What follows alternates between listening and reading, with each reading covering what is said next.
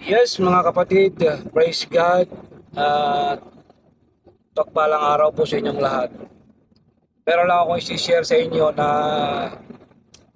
totoong nangyari sa akin sa tagal na panahon. Sa tagal na panahon na nangyari sa akin, na di ako makapaniwala na may tao na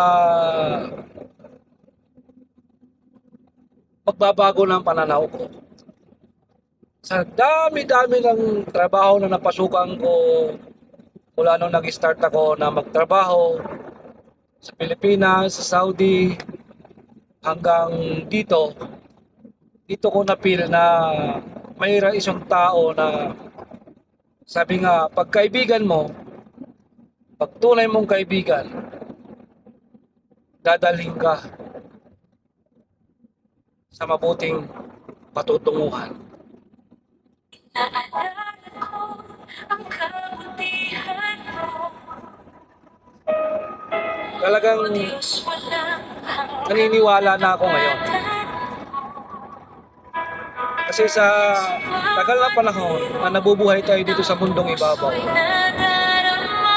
wala akong Pag-ibig naging kaibigan sa akin na magsasabi sa akin na, hayaan Brad, buhay ko'y maging maganda talaga pag meron tayong Panginoon awit ng pagsama. na nilalapitan, na inaalala, may Panginoon tayo na pinagkakatiwalaan sa buhay natin. Diyos ang aking Diba?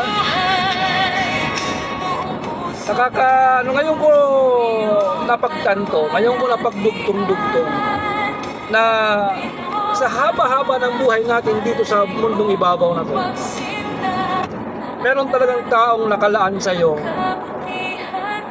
na sa maliit na pamamaraan niya, napipil mo na tila ba unti-unti lang nagbabago ang buhay mo. Yung pananaw mo sa buhay, yung mga plano mo sa buhay, parang unti-unting